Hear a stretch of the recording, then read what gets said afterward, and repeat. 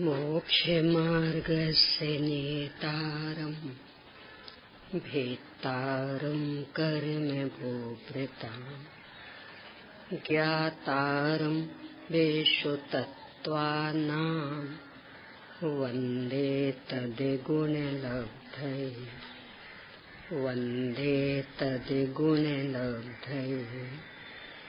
ॐ ह्रीं श्री अरहंत सिद्ध आचार्य उपाध्याय साधु पंच परमेष्ठिभ्यो नमो नमः। आचार्य श्री उमा स्वामी देव द्वारा रचित तत्वार्थ सूत्र, अपर नाम मोक्ष शास्त्र। इसके 6वें अध्याय के माध्यम से कर्माश्रव कैसे होता है, किन किन परिणामों से उसमें विशेषता आती है, अधिकता आती है, इस विषय पर अपनी चर्चा चल रही है।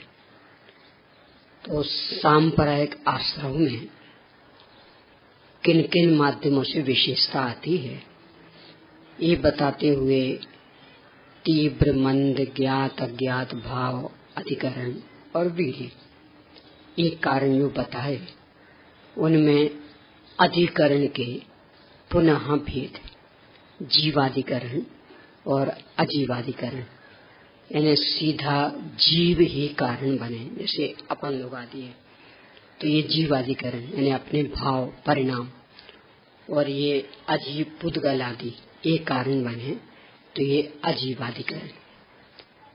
जीवाधिकरण के 108 भेद, समरम्भ समारंभ आदि ये तो प्रसिद्ध है।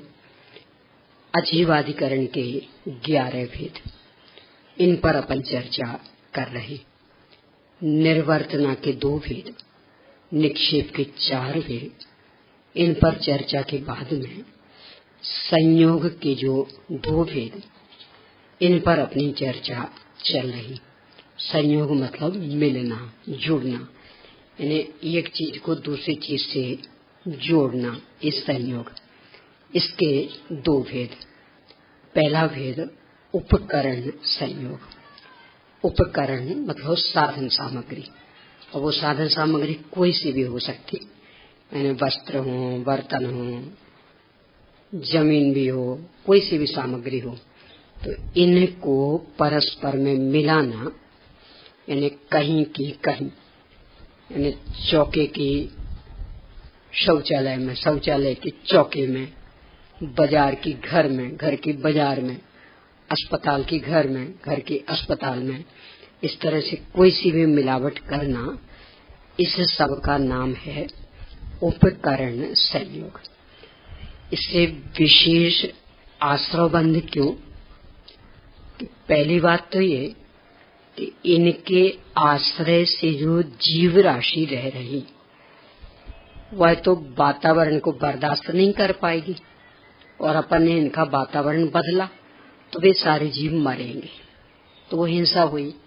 दूसरे, अपना शरीर भी कौन सा उसको सह पाता है, तो ये भी बीमारियों से घिरेगा, और बीमारियों से घिरने का मतलब जो स्वयं को आकुलता होगी, क्योंकि अभी उस सनत कुमार मुनिराज जैसे बैरागी नहीं है कि दवा इतनी पास में भी हो तो भी मस्त अपने स्वरूप में। यहाँ तो यहाँ दवा नहीं मिले तो और कहीं, और कहीं नहीं मिले तो और कहीं, यानी पूरे विश्व के चक्कर लगाने को तैयार। इतनी तो कितनी आकुलता हो रही। अब फिर उतनी ही वो औषधि आदि, उनकी अशुद्धता को शुद्धता तो शुद्ध तो मिलने वाली नहीं, और औषधि कोई मुफ्त में मिलने वाली नहीं, तो उसके लिए फिर अमाप परिग्रह, और आकुलता भी अकेले जो बीमार हुआ उसको ही नहीं, पूरा परिवार, कुटुंब, नाते रिश्तेदार, समाज वाले भी, यानी कहाँ कहाँ तक असर पड़ता है किसी एक के बीमार होने का। यानी मान लो बिल्कुल अकेले अपन एक बीमार हूँ, अब जो भी सुनेगा तो चलो एक बार मिल तो आए, एक बार मिल तो आए। अब कोई भी ऐसा खाली तो बैठा नहीं है, तो जो उसकी दिनचर्या, और उसमें से फिर समय आगे पीछे करके निकाल के आएगा। तो इसका मतलब कितनी आकुलता हो गई उसे, और कदाचित दूर दूर से भी, यानी गांव के गांव में थोड़ी, और बड़े बड़े शहरों में तो गांव का गांव क्या मायने रखता, बल्कि उल्टा, पर गांव से उस गांव तक पहुंचने में कम खर्च, और उस गांव के एक वार्ड से दूसरे वार्ड में पहुंचने में ज्यादा खर्च। इतनी बड़ी बड़ी समस्याएं हैं बड़े बड़े शहरों की, कुछ कहो ना। मुझे तो एक बार अनुभव आया था, वो कभी नहीं भूलती। अभी लगभग 5 साल पहले का, औरंगाबाद से जाना था दिल्ली आत्मा की ट्रस्ट में। तो औरंगाबाद से दिल्ली तक का रिजर्वेशन सहित टिकट खर्च वो था मात्र 450 रुपये 5 साल पहले। तो औरंगाबाद से दिल्ली तक तो 450 में आ गई। और दिल्ली से आत्मा की ट्रस्ट, तो उनकी जो गाड़ी थी वो कहीं उस दिन बाहर गई थी, तो किराए की लेके आए, तो उसका खर्च था 500 रुपये। यानी 1000 किलोमीटर आ गए 450 में, और मात्र वो 40 किलोमीटर था, और 40 किलोमीटर जा पाए 500 रुपये। अब यही हालत यहाँ की भी देख लो, सब जगह की देख लो, सब जगह यही है। अपने जयपुर में भी कौन सी कम है, यानी स्मारक से स्टेशन तक जाना हो तो 100 रुपये तो कुछ, वो तो मायने ही नहीं रखते आराम से, ये स्थिति। तो कितनी कितनी आकुलता में हो जाता है व्यक्ति, यानी दूर हो तो भी और उसी गांव में हो तो भी। और इन सब में कारण क्या बना कि अपना उपकरण संयोग, यानी यामा की मिलावट की, उससे वो इन्फेक्शन फैला और उससे नई नई समस्याएं खड़ी हो गई। तो इसमें अपना ये अज्ञानपना, प्रमादपना, लापरवाही के कौन कार्य चलता है, तो कौन बदला बदली बार बार करता रहे। और बर्तन भी अब यहाँ के वहां पहुंच गए तो क्या फर्क पड़ना। तो जो लापरवाही आदि, ये सब इतनी सब समस्या के कारण बन गई। तो ये तो अपनी सब कषाय वाली वृत्ति थी। इस कारण से आश्रव बंध में तीव्रता आ जाती। यहाँ तक अपन कल चर्चा कर चुके थे, इसमें अब थोड़ी सी चर्चा और, खास करके बर्तन आदि के संदर्भ में। अपने हाथ से मांजना हो तो भी, और अलग से कोई मांजने आया तब तो कह नहीं क्या। अपने यहाँ की मर्यादाएं थी कि वहीं रसोई घर में से बर्तन बन जाते थे। देखा वो बड़े यानी अपने पुरानों बुजुर्गों का, तो बस वहीं रसोई वगैरह हुई, सबका भोजन पानी हुआ, वहीं एक तरफ वे सब जूठे बर्तन जैसे जैसे भोजन होता गया तो रखते गए, और फिर वहीं से बस मंजे वहीं के वहीं रख दिए, वहीं चौका समेटा, छुट्टी। अब थोड़ी अपन ने उन्नति की, तो अब वो बर्तन अलग निकलेंगे। और अलग का मतलब कहीं कहीं तो ऐसा कि बिल्कुल अलग ही एक बना लेते हैं जगह, और वो जो अलग से आएगी बाई, तो वहीं से वो बर्तन भी मान लेगी और वहीं से कपड़े भी धुल जाएंगे। अलग से वो जगह एक बनी, क्योंकि अब बाथरूम में तो मतलब दूसरे भी काम में लेना, तो उसमें तो बैठ नहीं सकते उतनी देर तक। तो पहले उसी स्थान पर बर्तन बन गए, और फिर वहीं से साफ होके कपड़े धुल गए, और फिर अगले दिन क्या, शाम को फिर बर्तन बन गए और फिर कपड़े धुल जाएंगे। ऐसा ये उपकरण संयोग है। यानी बर्तन यानी वो चीज की जिसमें रखा हुआ सामान मुंह से लेके पेट में जाना, तो पूरे शरीर में फैलना। और कपड़े तो वो 24 घंटे पहने हुए, यानी सारी गंदगी लगी है, तो उसके कीटाणु तो अलग तरह के रहने। अब वो एक ही स्थान पे साफ हुए, तो उनके कीटाणु उसमें, उसके कीटाणु उसमें, परिणाम निकलेगा नई नई बीमारियां। और ये अभी देखना, यानी बाहर के जो आते मांझना, उनका तो लगभग ये ही हाल, यानी ऐसा ही कोई एक स्थान होगा अलग से, और वहीं पहले बर्तन बन जाएंगे और फिर कपड़े धुल जाएंगे, अथवा पहले कपड़े धुल जाएंगे फिर जगह बोई। देखना, अब इतना ही नहीं, वो जो काम करने वाला व्यक्ति, कोई भी हो, भाई हो बहन हो, उससे कोई फर्क नहीं पड़ना, अच्छी जाति के तो मिलने वाले ही नहीं। कौन होते और कितनी हल्की, ना कोई आचरण का ठिकाना और ना कोई विचारों का ठिकाना। मध्य मास भी खाते पीते हो तो कोई आश्चर्य नहीं। और कुशील आदि में भी एक पति रखा है कि 2 रखा कि 4 रखी भगवान जाने। उस भाई ने भी 1 पत्नी रखी कि 2 रखी कि 4 रखी भगवान जाने। इनका भी कोई ठिकाना नहीं, ना आचरण का ठिकाना ना विचार का ठिकाना। अब वो आएंगे और उनके हाथ के छुए हुए बर्तन और कपड़े, अब वो अपने चौके में, वो पहनने में क्या परिणाम निकलेगा? वो ही मांजेंगे, वो ही रखेंगे, कपड़े भी उन्हें धोए और अधिकांश तो बे उठा के घड़ी करके रखे जाएंगे। अब कौन है कि वो मांस खाने वाले भी होंगे, शराब पीने वाले भी हो, कदाचित वो नहीं हो तो उसके परिवार के, तो वो तो होना तो सभी एक में एक है ना। ये उपकरण संयोग।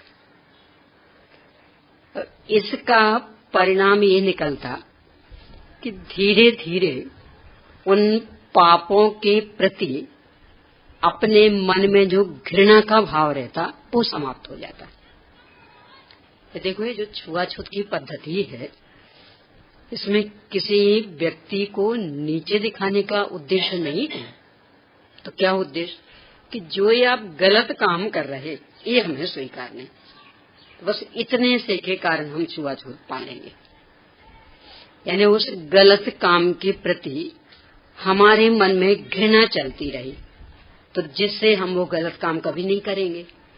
और एक बार जहाँ घृणा टूटी तो अभी तो वो दूसरा कर रहा, धीरे धीरे धीरे फिर अपने को भी करने में कोई परहेज थोड़ी रहना, तो अपनी भी संस्कृति पूरी बिगड़ जाएगी।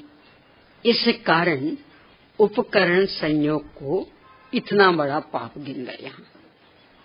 अब इसका स्तर जितना विस्तार कर सको उतना करना।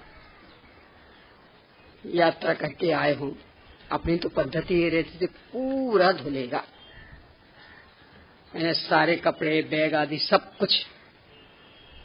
और अब गंदे हो जाएंगे तो धुल जाएंगे, नहीं तो थोड़ी धुलना। अब गंदे तो भी ऐसे हुए हो तो भी धुलेंगे।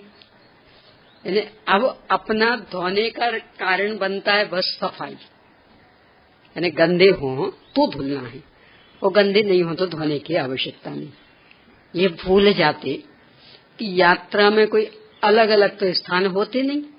देखो कितनी ही बार रेल आदि में ऐसे भी प्रसंग बन जाते, एक खास करके मान लो बम्बई जैसे शहर, यानी बहुत बड़ी बड़ी अस्पतालें, बहुत दूर दूर के लोग इलाज कराने आते और कितने यहीं, तो कितनों का ही आग्रह रहता कि नहीं अपने गांव ले जाना, वहीं दाह संस्कार होगा।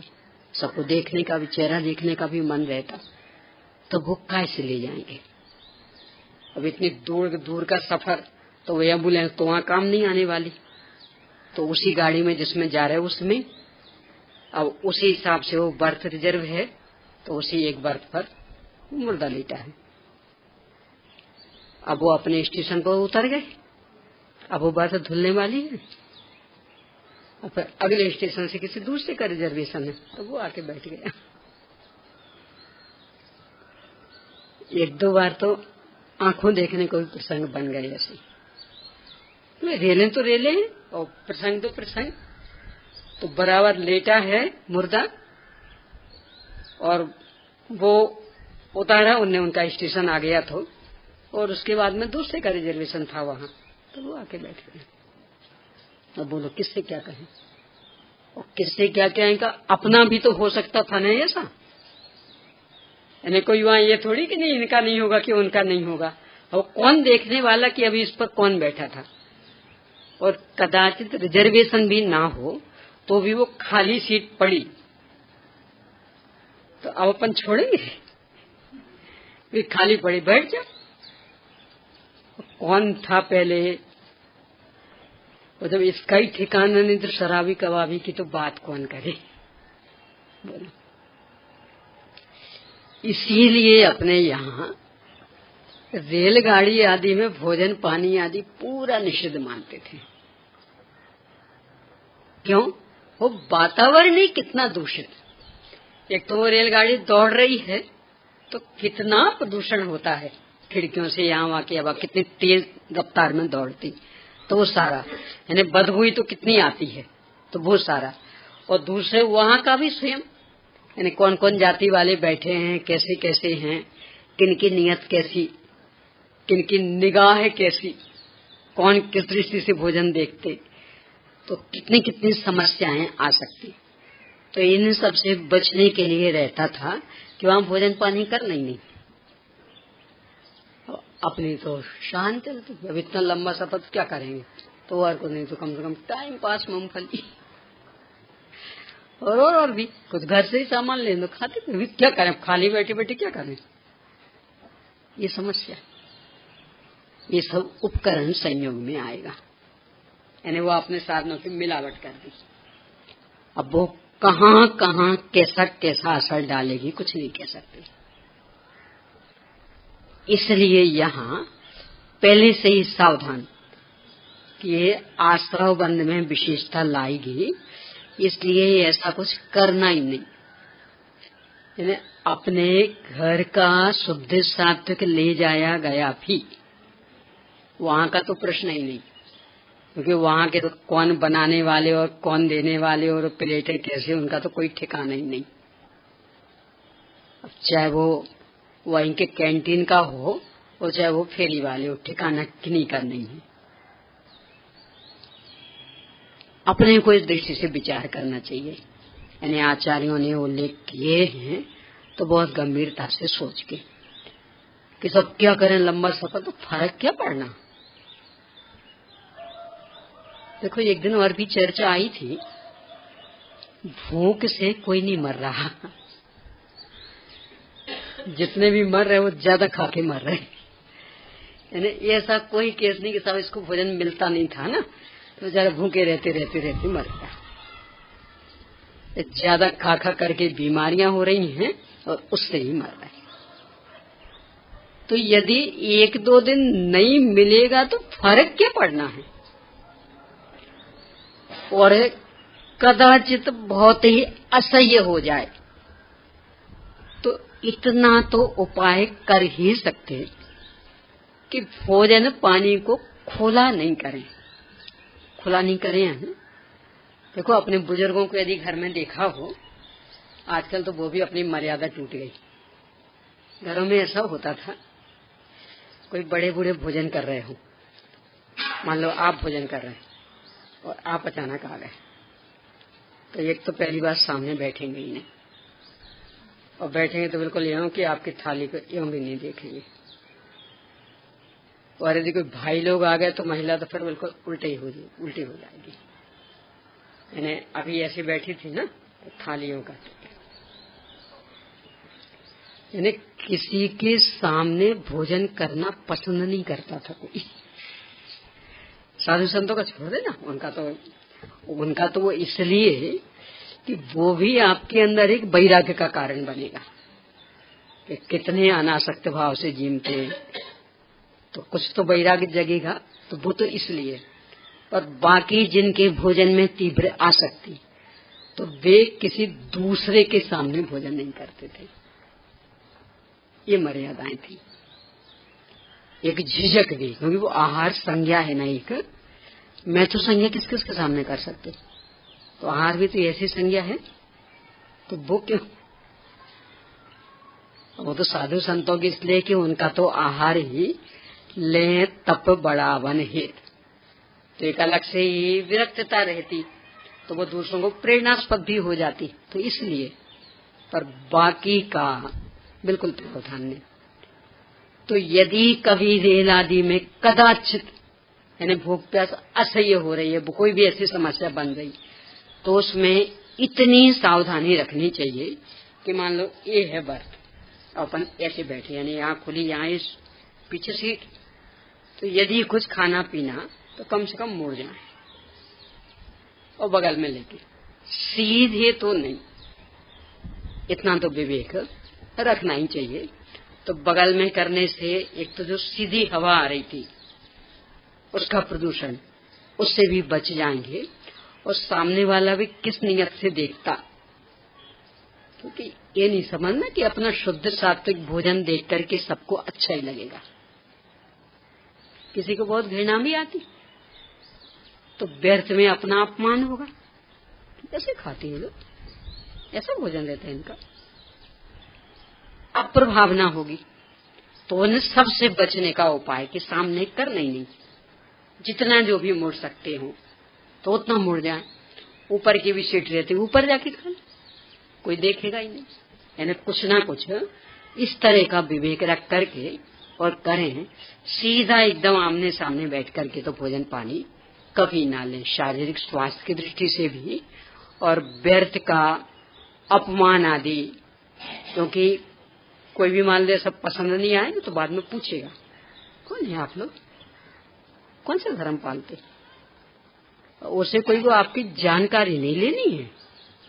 यानी इस धर्म वाले कैसा खाते पीते, और फिर वो मजाक उड़ाएगा, अरे हमने देखा था वो धर्म वाले वो ऐसा भोजन दिए थे। क्या रह जाएगी इज्जत? यानी अपने लिए जो परम पवित्र, उनके लिए वो एकदम निकृष्ट। यानी आप बिल्कुल मर्यादा के लड्डू आदि खा रहे हो और उनको वो एकदम निकृष्ट लगते, और उनको तो बढ़िया अच्छा यानी इडली डोसा आदि लिए हो तो हाँ ये है कोई भोजन। तो उनकी तो ये सोच। तो ऐसी भी कोई समस्याएं नहीं आवे, इसके लिए भी सावधानी अपेक्षित।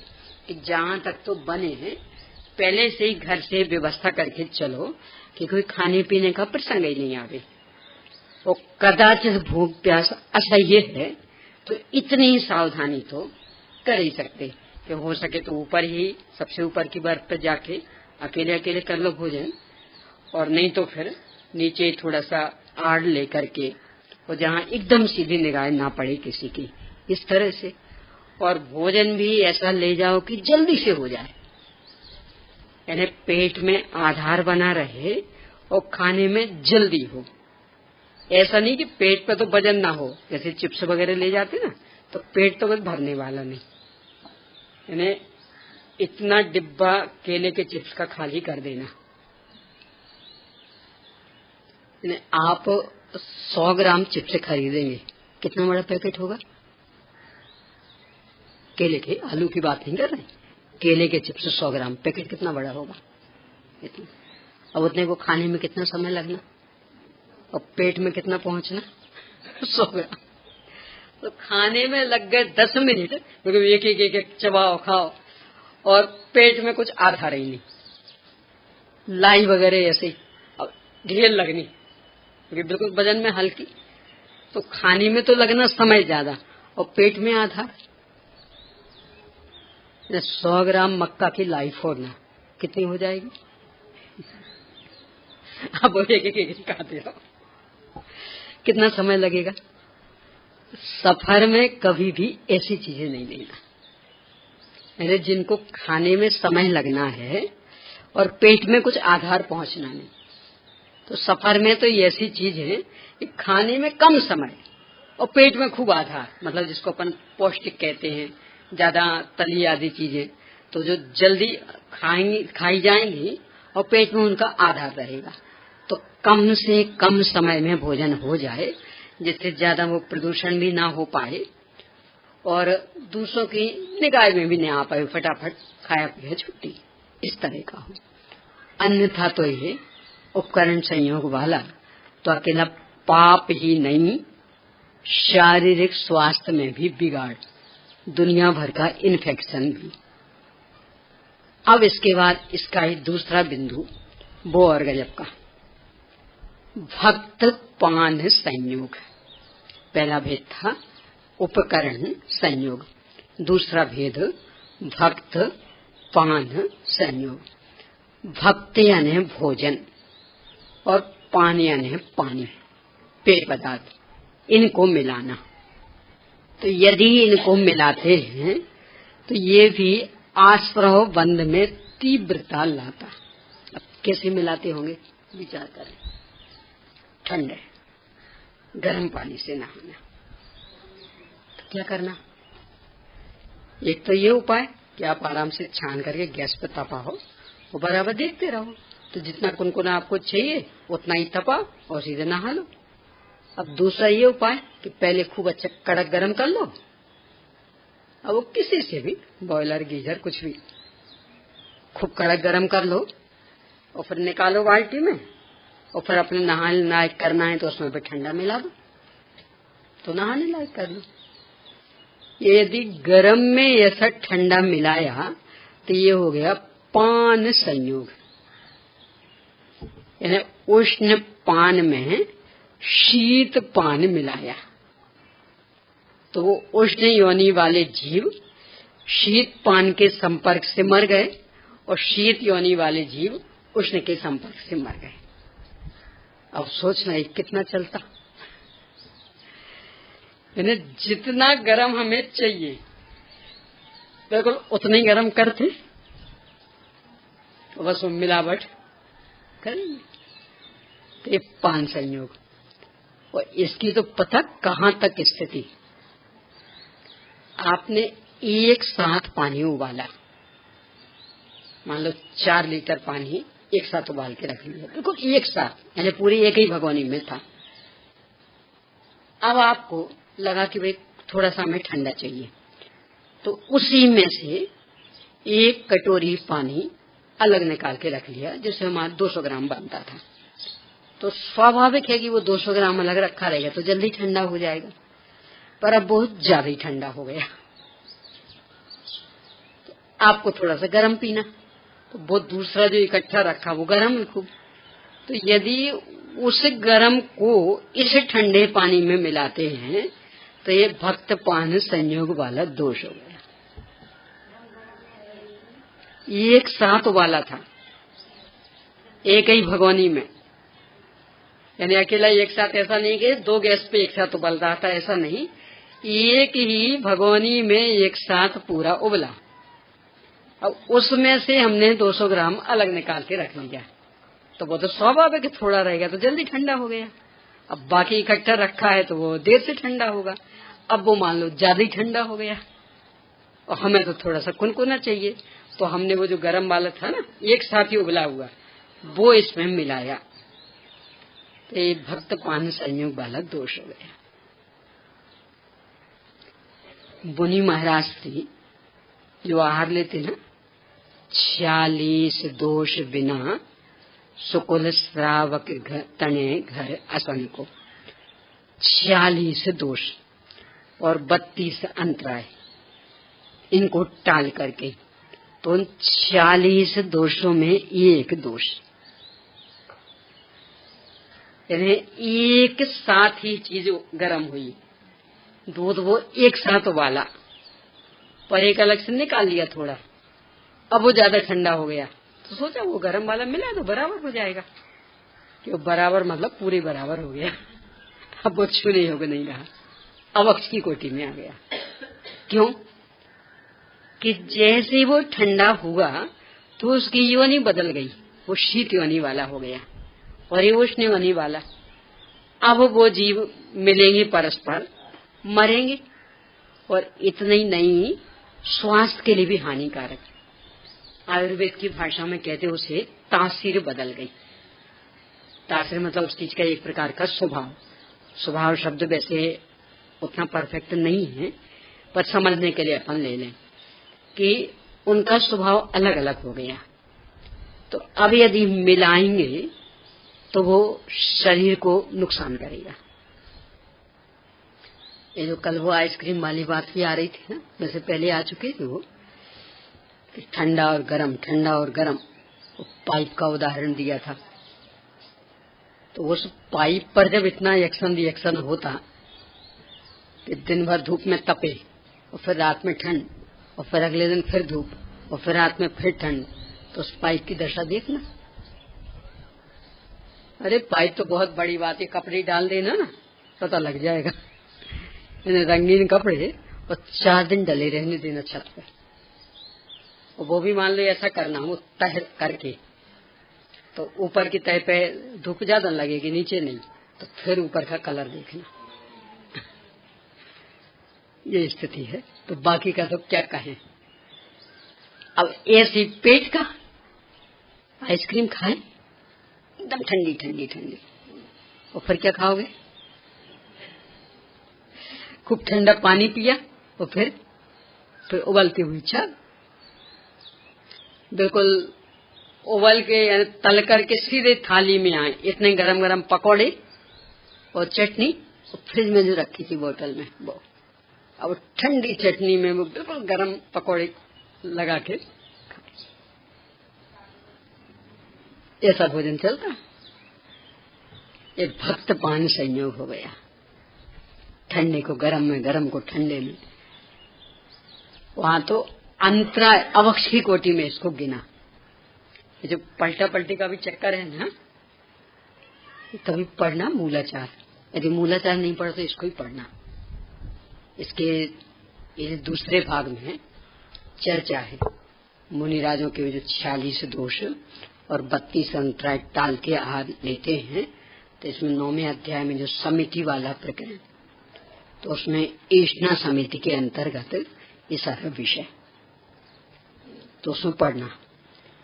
यानी पलटा पलटी का चक्कर अपने यहाँ अवक्ष भोजन का माना गया।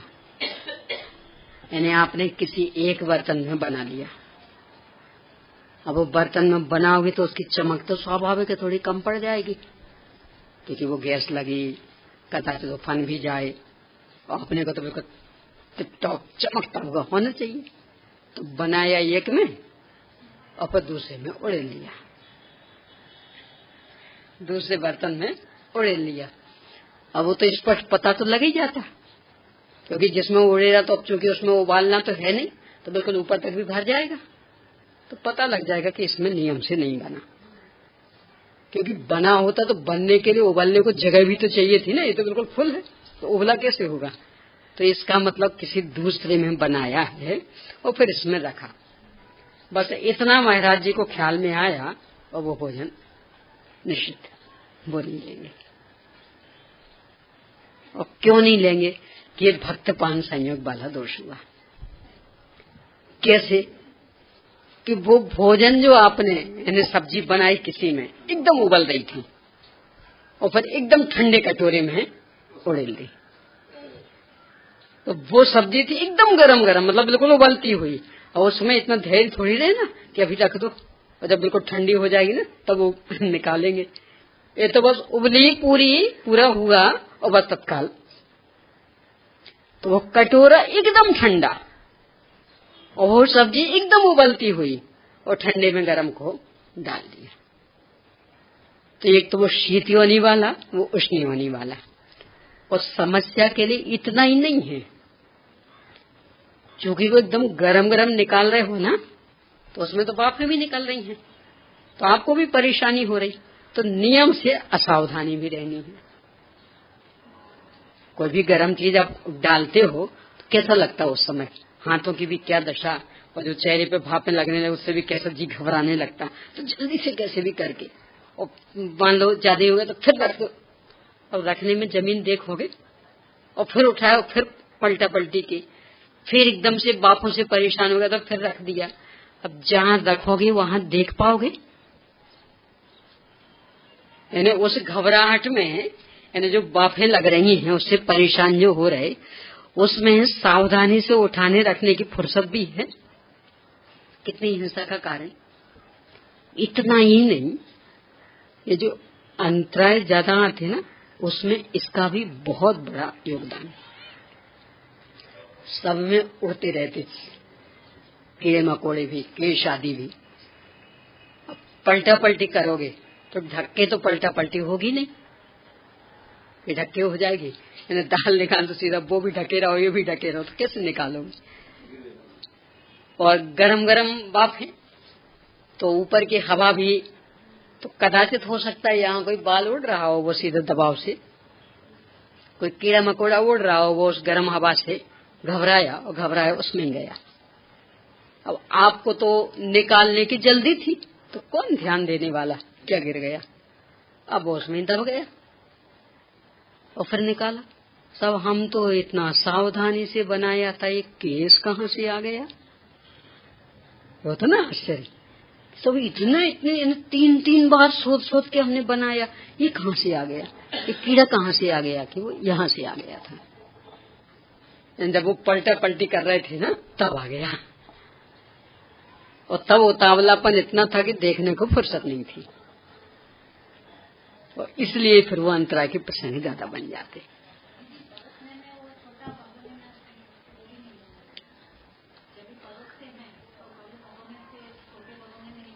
नहीं, इसलिए कि महाराज श्री एक दिन चर्चा की थी ना, अपना अनुमान लगाएंगे वो। तो जैसे ही भोजनशाला में प्रवेश किया उन्होंने, एक बार जो देने वाले दातार हैं उनके ऊपर दृष्टि डालेंगे, तो उनके जो भी कपड़े आदि वो देख करके एक मोटा मोटा अनुमान लगा लेंगे कि लगभग इनकी आर्थिक स्थिति ऐसी होगी। और एक बार ऐसे पूरे बिल्डिंग पर, तो उससे एक मोटा मोटा अनुमान को लग जाएगा कि लगभग आर्थिक स्थिति ऐसी होगी। अब इसके बाद वो सामग्री, अब वो क्या क्या, तो खूब बढ़िया बढ़िया। एक दिन चर्चा की थी, कदाचित आपने किसी दूसरे प्रसंग में किया, यानी कोई वैसे भी पर्व तिथि थी और बेटे का बर्थडे था, तो उस वजह से, पर उन्हें थोड़ी पता है, तो उन्हें तो जो एक नजर डाली और उससे ख्याल किया कि लगभग इनकी आर्थिक स्थिति इतनी होगी, और फिर जो वो भोजन देखा, नहीं गड़बड़ है, और अंजलि छोड़ के चली जाएंगे। यानी इन्हें हमारे लिए बनाया, क्योंकि जिस तरह की आर्थिक स्थिति दिख रही, तो वैसा तो ये भोजन कर ही नहीं सकते, तो क्यों बनाया फिर इतना। पूछने का तो वहां प्रश्न ही नहीं। तो भले आपने उनके लिए बिल्कुल नहीं बनाया था, यानी प्रसंग दूसरा ही था, पर उन्हें तो पता नहीं, अंतरा करके चले जाएंगे। अब ऐसे ही कि कितना भोजन लेंगे वे, तो जितने सदस्य हैं लगभग जो भोजन सामने होगा अंदाज से उतने टुकड़े करेंगे। तो उसमें एक अपन भी मिलके, तो मान लो 6 सदस्य दाता और एक अपन, तो 7 हो गए। तो जितनी वो रोटियां दिख रही होंगी उनके 7 हिस्से करेंगे, और उसमें से बस एक हिस्सा हम लेंगे। जितनी वो दाल दिख रही होगी और उसके 7 हिस्से करेंगे, तो उसका एक हिस्सा हम लेंगे। कम होगी तो, ज्यादा हो तब तो वही बहुत बच जानी, पर कम का। तो अब यदि आपने इतना इतना सा निकाल के बताया, तो बस वो उतने से में उतने हिस्से करके उतना लेंगे। यानी एक कटोरी भर दाल बताई और दातार दिख रहे हैं 6 और एक महाराज से तो 7, तो अब एक के हिस्से में कितनी आएगी, इतनी सी चम्मच भर, तो बस उतना लेंगे। तो इसलिए मूलाचार में लिखा कि ऐसे कटोरियों में निकाल के नहीं बताया जाएगा, वो पूरा बर्तन आप रखो, टेबल आदि पे वो पूरा रखो, पूरी सामग्री, और ऐसे खोल खोल के नहीं ऐसे बता दो सब इसमें रोटी चावल मतलब जो भी है ऐसा बताओ। खोल खोल के नहीं बताना पड़ता, नाम लेके बता दो वो बर्तन, और कितनी उसमें चीज वो लगभग अंदाज दिख जाता है अलग से कि वो बर्तन किस तरह का भरा हुआ है, तो उतना ख्याल में आ जाएगा। उसके आधार से लेंगे। अब अलग से निकालने का निषेध क्यों, और भी 2-3 कारण। एक तो ये कि जितना आपने निकाला बस वो उसमें से फिर लेंगे, तो यदि आपने इतना सा ही निकाल के रखा और उनको बाकी भी 6 जन दिख रहे हैं, तो हमारे हिस्से में कितना आएगा, बस उतना लेंगे वो। अब पेट भरे चाहे नहीं भरे। ये दूसरा ये कि उससे अलग से बर्तनों का ढेर लगना है ना। देखो जब भी चौका लगाते ना, इन्हें आश्चर्य की बात, महाराज श्री हैं करपात्री, यानी एक भी बर्तन झूठा नहीं किया, हाथ में ही भोजन लिया, तो एक भी बर्तन झूठा नहीं किया। और अपन ने चौका लगाया तो बर्तनों का ढेर लगता, यानी रोज के बर्तनों से 4 गुने 5 गुने बर्तन क्यों हो गए। वे तो कर पात्र थे। यानी हम लोगों जैसों ने भोजन किया हो तो कम से कम 3-4 बर्तन तो हो ही जाएंगे ना, 2 पानी के, थाली, कटोरा, 4 तो हो गए ना। उनके तो उतना भी नहीं हुए, तो फिर ढेर क्यों लग गया कि ये अपन ने जो प्रदर्शनी लगाई ना, इससे ढेर लग गया। और उनका ये कि आरम्भ परिग्रह कम से कम होना चाहिए। वे इसलिए बर्तन में भोजन नहीं ले रहे कि हमारे कारण वो 1 बर्तन और बढ़ेगा। तो उनकी सोच ये रहती कि हमने इसलिए तो कर पात्र में लिया और इन्होंने ढेर लगा दिया, तो लेंगे कि नहीं? भूखे रह लेंगे? नहीं लेंगे आपका। और दूसरे ये भक्तपान संयोग वाली चीज कि वो तो चीज होगी उबलती हुई, और जिस बर्तन में, जिस कटोरी में निकालोगे तो वो कटोरी उबलती हुई थोड़ी है, वो तो बिल्कुल ठंडी रखी। और फिर उसके ऊपर ढक्कन भी चाहिए और फिर चम्मच भी चाहिए। यानी दुगने बर्तन बढ़ गए, एक तो वो उसके और एक इसके। और पलटा पलटी से अकेला अंतराय वाला ही चक्कर बढ़ गया। इतना ही नहीं, उस सामग्री के विटामिन आदि भी साफ हो गए। आप जितना खोलोगे और जितनी उसकी हवा निकलेगी, तो अकेली वो हवा नहीं निकलेगी, उसके साथ उसके विटामिन भी उड़ेंगे। तो वो भी इन सब पर विचार करके फिर उस आहार को उस मात्रा में ही लेंगे। फिर तो वहां 46 दोषों में ये दोष गिनाए।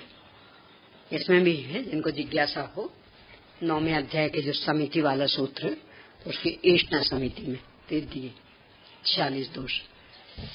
यानी बदला बदली इतना ही नहीं, वहां तो ये भी कोई खूब टाइट डिब्बा, यानी जल्दी से जिसका ढक्कन नहीं खुले। अब यदि आपने उसको वहां उनके सामने खोल के दिया तो भोजन अवक्ष। क्यों? एकदम टाइट ढक्कन में व्यक्ति कब रखता?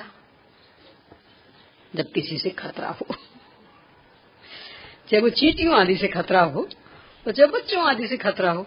यानी घरों में छोटे छोटे बच्चे तो क्या करते हैं अपन कि ऐसे डिब्बों में रखेंगे जो बच्चे खुले ही ना, और नहीं तो चींटियों आदि से। तभी तो है ना, यानी इसको इसकी आसक्ति बहुत, यानी दूसरे कोई खाना जाए, इसलिए इतना टाइट ढक्कन लगाया। तो जब दूसरे नहीं खा जाए तो हमें भी खाने का क्या अधिकार है? नहीं लेंगे। यानी ढक्कन तो हो, पर ऐसा कि एकदम आसानी से खुल जाए। यानी बिना ढक्कन वाली चीज का तो नहीं लेंगे, पर एकदम आसानी से। और थोड़ी भी यदि आपको ताकत लगानी पड़ी, जब अपन खोलते नहीं टाइट को, तो वो चेहरा भी एकदम और हाथ भी बस उतना पर्याप्त होने समझने के लिए। और ऐसा करके और ठोकना पड़े तब तो कहने क्या, फिर तो उठ के ही चले जाएंगे। पर यदि खोलने में ही एकदम बिल्कुल यूं हाथ लग रहा और चेहरे पे बराबर वो नसें सिकुड़ रही हैं, गए काम से। नहीं लेंगे। पढ़ने लायक है। इन्हें किन्हें कहते मुनिराज, जिनको आचार्य कुंद कुंद स्वामी चलते फिरते सिद्ध कह रहे हो। चलता फिरता जैन दर्शन चैत, ऐसी ऐसी विशेषण दिए हों। अमृतचंद स्वामी लिखते अलौकिक वृत्ति, मुनि नाम अलौकिक वृत्ति पुरुषासिद्धि उपाय में। तो वो कुछ अलौकिकता होती होगी ना, तो ये अलौकिकता। यानी अपन तो सोच नहीं सकते सब इसमें क्या हो गया। अब डिब्बा बंद था, खोल लिया तो खोल लिया, उसमें क्या हो गया, कैसे नहीं हो गया, इतना कठोर लगाया क्यों था? इसका मतलब आप उसको सबको खिलाना नहीं चाहते थे, इसीलिए ही तो ना। यदि सबको खिलाना चाहते होते तो इतना कठोर ढक्कन क्यों लगाते? तो इसका मतलब आपके मन में उसके प्रति तीव्र आसक्ति है, और आपकी तीव्र आसक्ति वाला भोजन हम नहीं लेंगे। अपनी तो यहाँ चर्चा भक्तपान संयोग पर कि ऐसी कोई भी चीज मिलावट वाली, ठंडे में गरम, गरम में ठंडा, एक और भी चलता नहीं, महाराष्ट्र में तो ज्यादा चलता, दूध दही और चटनी, क्या बोलते हैं उसको, तीनों का मिक्सचर। यानी चावल लिया तो चावल में दही भी, कोसंबीर भी, बहुत खाए। यहाँ खाते नहीं खाते, सोलापुर कोल्हापुर तरफ तो बहुत खाते। यानी चावल लिया और चावल में दूध भी और अच्छा बिल्कुल थक्का वाला दही भी, और उसमें अच्छी वो चटनी वगैरह नारियल आदि की जो भी अच्छी मिर्च वाली लाल लाल वो भी, और सब मिला के, वो एक अलग नाम रहता है उसका, क्या बोलते हैं, नाम में भूल गई हूँ। और वो स्वाद में भी मतलब बढ़िया, टेस्ट तो बढ़िया रहता है स्वाद में तो अच्छी रहती है, खट मिठा हो जाता ना वो, और चटनी का भी स्वाद, तो स्वाद बढ़िया, उसी वजह से लेते। ये भक्त पान संयोग हो गया, खट्टा भी मीठा भी। दूध अलग तासीर वाला, दही अलग तासीर वाला, अब दूध दही को मिला लिया और वो चावल के साथ मिला हुआ, मतलब स्वाद की दृष्टि से वो लेते हैं।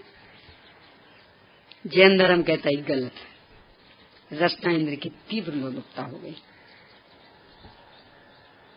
और रसना इंद्र की लोलुपता स्वयं में ही अभक्ष। अब कहां कहां तक इसका दाल गाढ़ी हो गई हो, तो आज अपन क्या करेंगे, गाढ़ी से डाल दो ठंडा पानी और रख दो उबल पे, उबलने। अपने बुजुर्ग लोग क्या करते थे,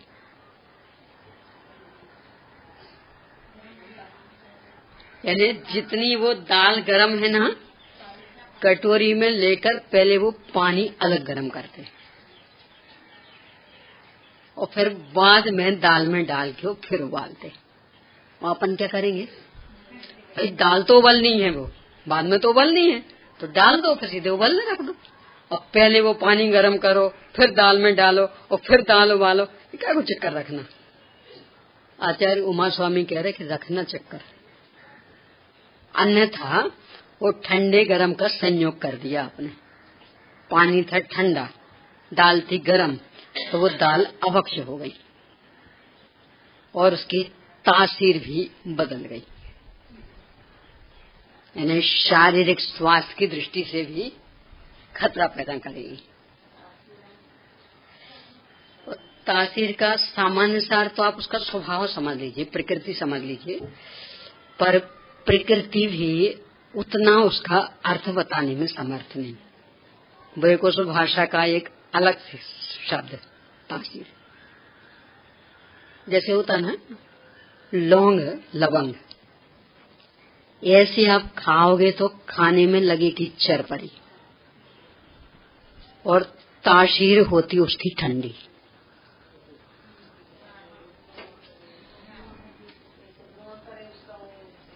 यानी एक विशेष प्रकार का गुण धर्म विशेषता, यानी वो चरपरी लग रही, वो भी स्वभाव, इसलिए वो मैं कह रही कि स्वभाव में उतनी वो दम नहीं है। यानी आप लवंग खाएंगे तो मुंह तो एकदम भुन बना जाएगा, चरपरा चरपरा, और उसकी तासीर ठंडी। यानी पित्त भड़क रहा हो, पित्त की उल्टियां हो रही हो, तो वैद्य कहेंगे लौंग दे दो, लौंग का पानी पिला दो, पित्त शांत हो जाएगा। और ये आइसक्रीम कि इसका स्पर्श है ठंडा और तासीर है गर्म। ये बर्फ का पानी, फ्रिज का पानी, तो स्पर्श तो है ठंडा और तासीर है गर्म। यानी आप गर्मी में जितना अधिक ठंडा पानी पिएंगे ना, तो पेट तो बिल्कुल भर जाएगा खूब और गला सूखता रहेगा।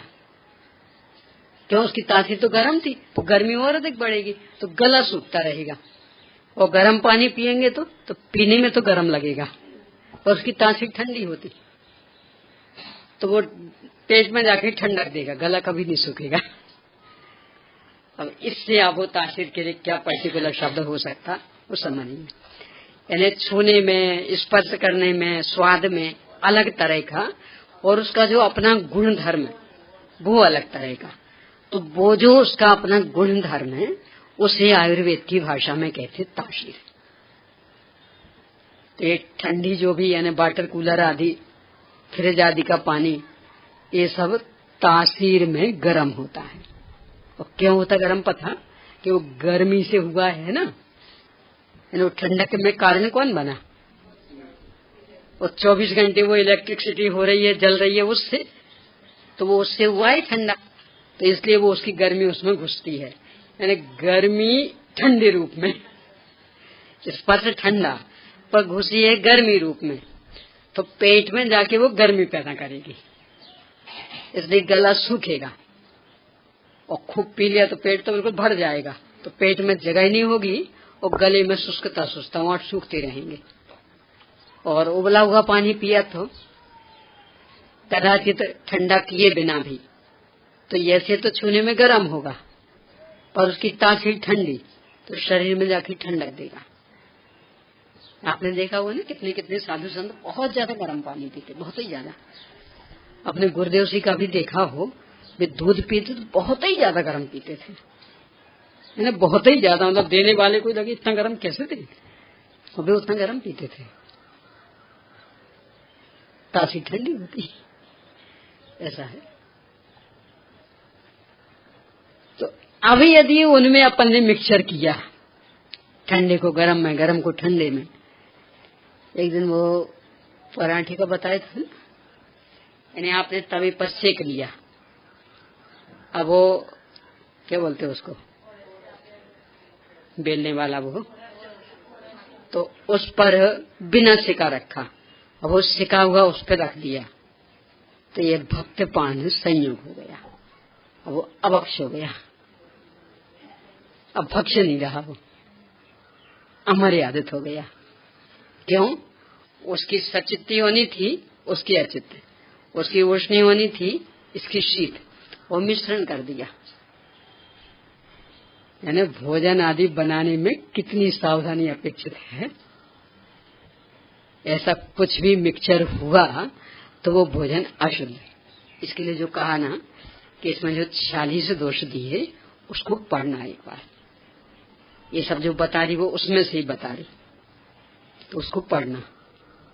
यानी किसी भी प्रकार का इस तरह का संपर्क, एक भक्त पान संयोग। अब और भी ऐसे ही मिलाना स्वाद की लोलुपता से, हर चीज का अलग अलग होता है। इसके साथ ये चीज खाओ तो ज्यादा टेस्टी, ज्यादा स्वादिष्ट, इसके साथ ये खाओ तो ज्यादा स्वादिष्ट। यानी किस लिए हमें खाना है, वो पर्टिकुलर बनेगी उसी लिए। यानी एक चीज बनी हो, ये सब इसके साथ तो इसका ही टेस्ट है, तो इसके साथ तो ये चाहिए ही चाहिए, तो वो ज्यादा अलग स्वाद आ जाता, अच्छी लगती। भक्त पान संयोग हो गया और उनकी तासीर भी बदल गई। और तासीर तो इतनी बदलती कुछ कहो ना। ऐसे आप काली मिर्च खाओ गरम, और बूरे और घी में मिला के खाओ ठंडी। हाँ, काली मिर्च ऐसे ही खाओ तो गरम, यानी ऐसे उबाल के खाओ, ऐसे भी चबा के खाओ तो गरम। और घी और शक्कर, शक्कर मतलब बूरा, तो घी और बूरे में मिला के खाओ ठंडी। और चीज वही, इसलिए मिलावट का अपने यहाँ निषेध की। एकदम तासीर बदल जाएगी, तो बदल जाएगी तो आप तो कुछ सोच के खा रहे, वो शरीर में तो कुछ करेगा। एक केले का तो अनुभव किया हुआ ना, केला, आप केला खाना और फिर पानी पी लेना, बस गई हवा गले की, अब नहीं बोल सकते उस दिन।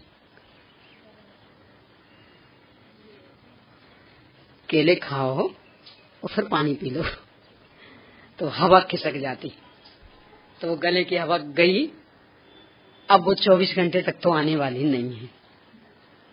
अब इसके बाद वो धीरे धीरे आएगी, तब आपकी वो आवाज निकल पाएगी। कि सब बाकी हम खा लेते, नारियल खा लेते और पानी पी तो कुछ नहीं, ये तो है उनकी अपनी अपनी तासीर। इसलिए अपने यहाँ इसकी सावधानी कि यदि ऐसा कुछ करते हो तो एक तो अज्ञानता, प्रमाद, स्वाद की लोलुपता, और वो जीवों की हिंसा होनी वो अलग है। यानी जिसके ऊपर पानी पीने से हवा ही खिसक गई कि अब आवाज ही नहीं निकल रही, तो वो जीव नहीं खिसके होंगे। यानी जैसे अब बोलते नहीं बन रहा, तो वहां जो जीव तिब्बे नहीं मरे होंगे, और आपकी थोड़ी सी लापरवाही, नादानी, कितना पाप बंद हो गया।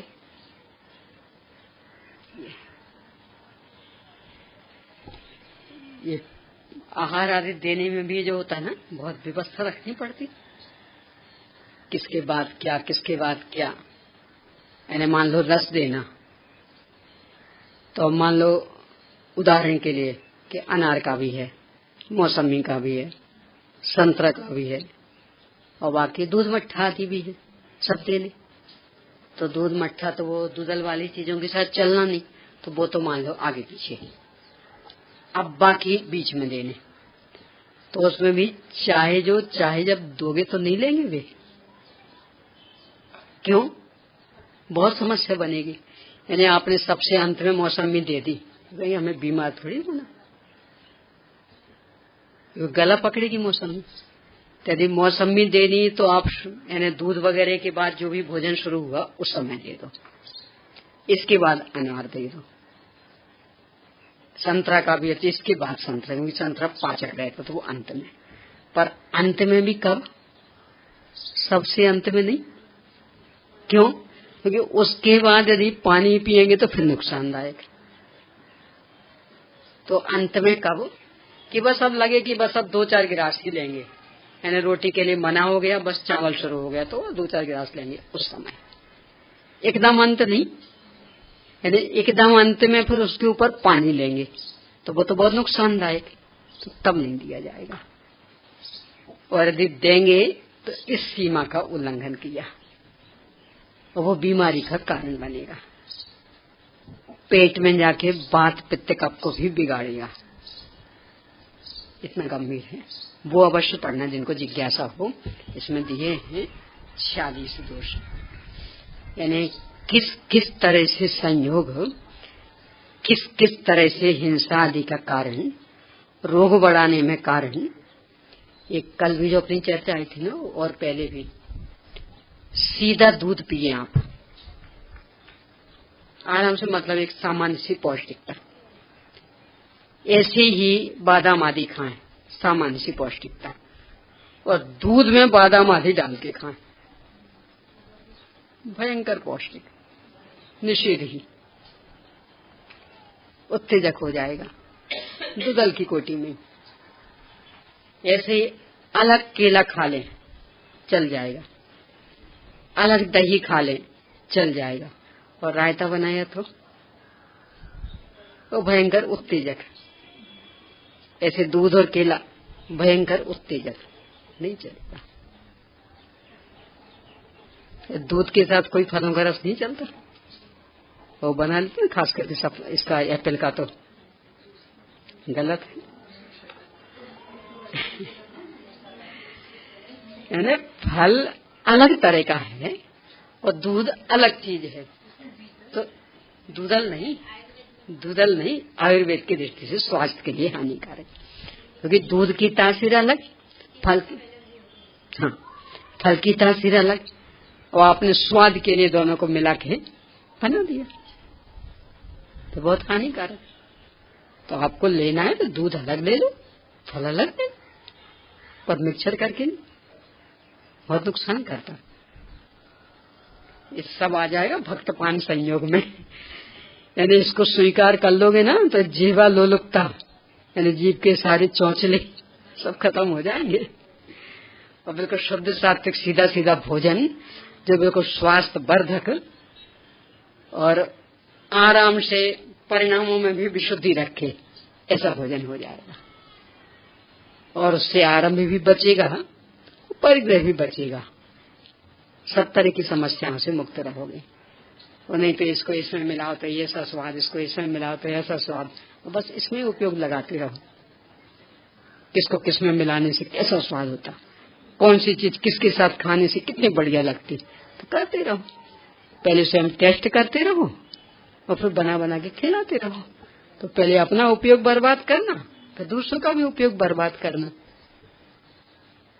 कह रहे भक्त पान संयोग, भोजन को पानी में मिलाना, पानी को भोजन में मिलाना, गर्म को ठंडे में मिलाना, ठंडे को गर्म में मिलाना, सचित्त को अचित्त में मिलाना, अचित्त को सचित्त में मिलाना, नहीं चलता अपने यहाँ।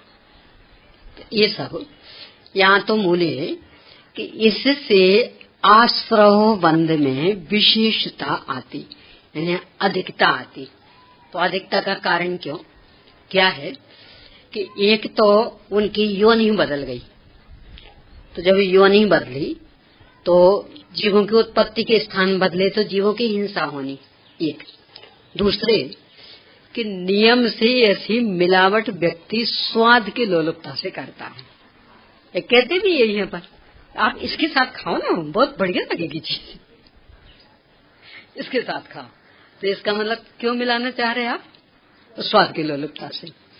और स्वाद की लोलुपता, रसना इंद्री की लोलुपता, ये स्वयं में ही पाप, यानी विषयों की गृद्धता। तो इसलिए भी तीसरे कि शारीरिक स्वास्थ्य भी नियम से गिरता। यानी पंचेंद्रिय विषय भोगों में जितना मजा, शारीरिक स्वास्थ्य में उतना ही कजा, यानी वो शारीरिक स्वास्थ्य को बिगाड़ने वाला उतना अधिक। तो उसमें भी अब जहाँ शारीरिक स्वास्थ्य बिगड़ा तो उसको लेकर के जो समस्याएं होनी, जिसकी पहले चर्चा की थी, अब वो सारी समस्याएं, यानी एक की बीमारी मतलब पूरा घर भर परेशान, और फिर उतने कमाई, क्योंकि आजकल दवाइयां कम खर्चीली हैं क्या, यानी साल भर का पूरा बजट एक और कोई एक व्यक्ति बीमार हो जाए और 8-10 दिन भी लगातार चल गया कदाचित, तो वो सारा बजट एक और, यानी 8-10 दिन में ही हो सकता 15-20 लाख खर्च हो जाए।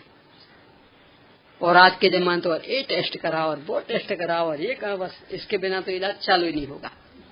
तो कितना महंगा पड़ना, यानी उतने में हमारा साल भर का बजट चलता था और उतना हमारा 10-15 दिन की दवाइयों में ही चला गया। और आकुलता जो सही वो अलग, और उसमें कारण ये बना, इसलिए इससे आश्रव बंध में अधिकता होती, विशेषता आती। तो इससे बचने का उपाय है कि ऐसे कामों से बचे। समय हो गया।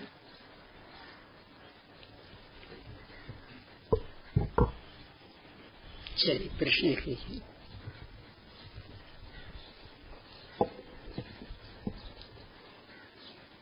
उपकरण संयोग संबंधी अभी का बिंदु स्पष्ट कीजिए। यानी कल वाले वो अलग थे और आज का अलग। अगला, भक्त पान संयोग का अर्थ बताते हुए वह किस प्रकार से होता है, कुछ उदाहरण देकर स्पष्ट कीजिए। अगला, भक्त पान संयोग से आश्रव बंध में विशेषता क्यों होती है? बस।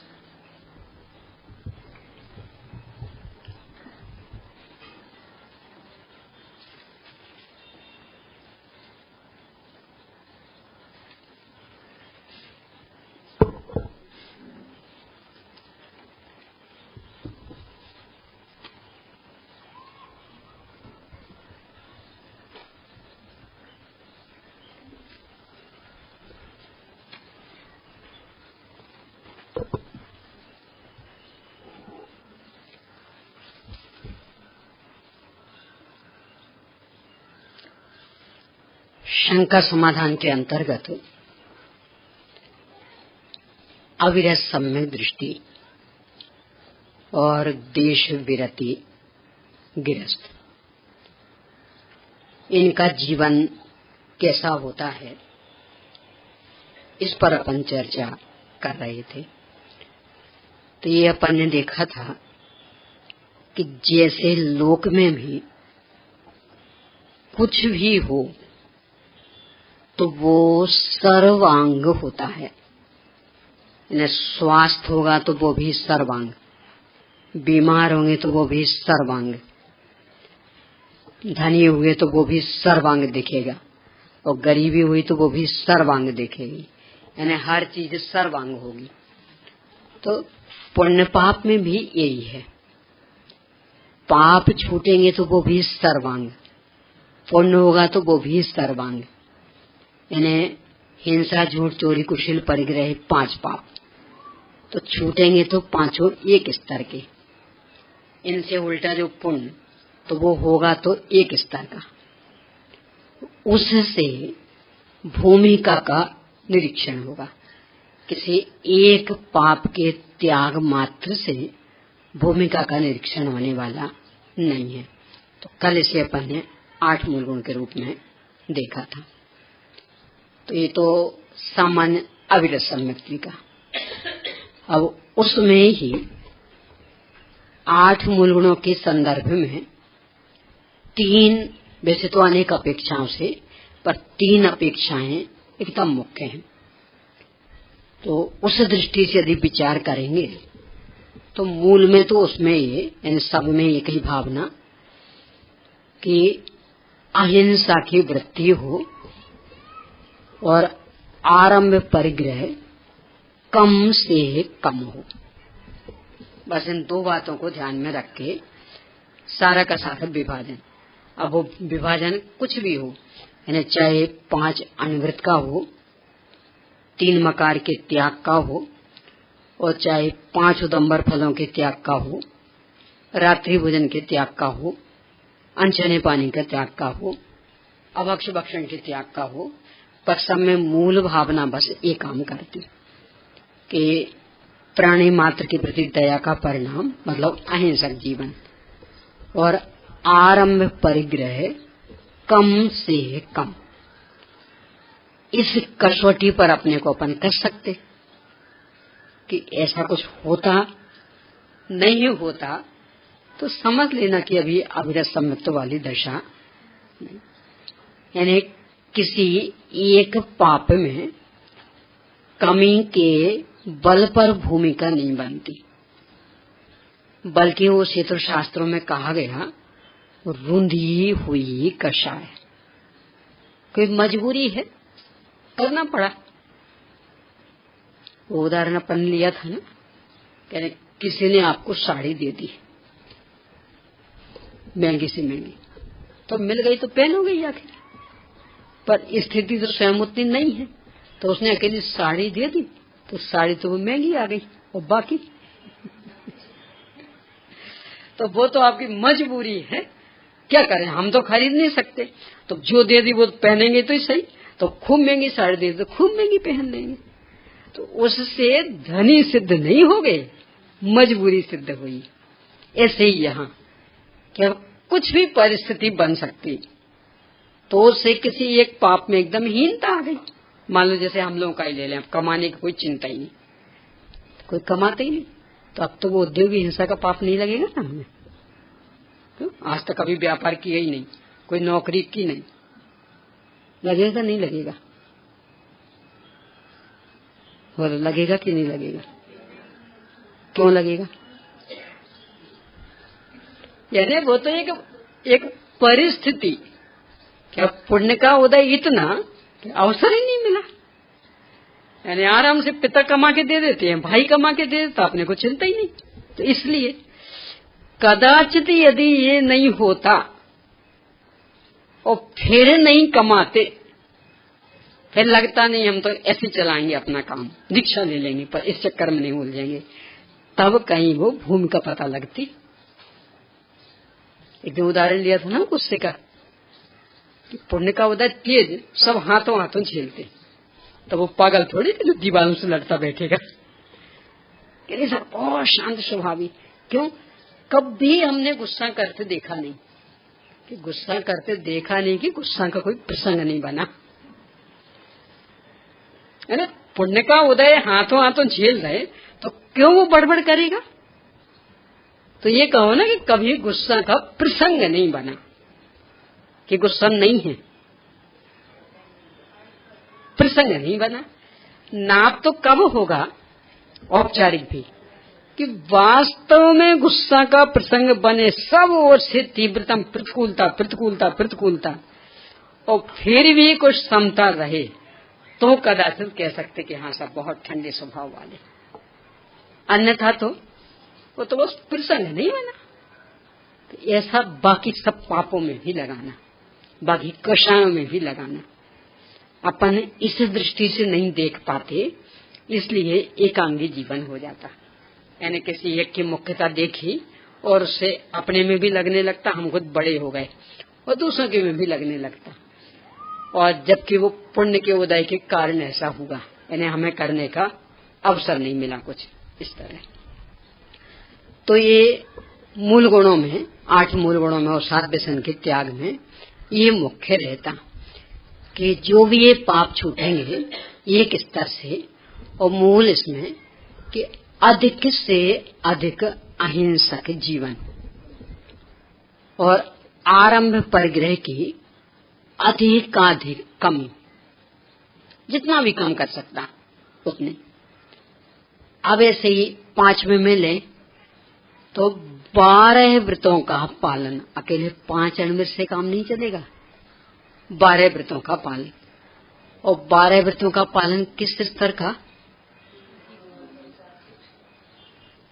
यानी हमने सीमा कर ली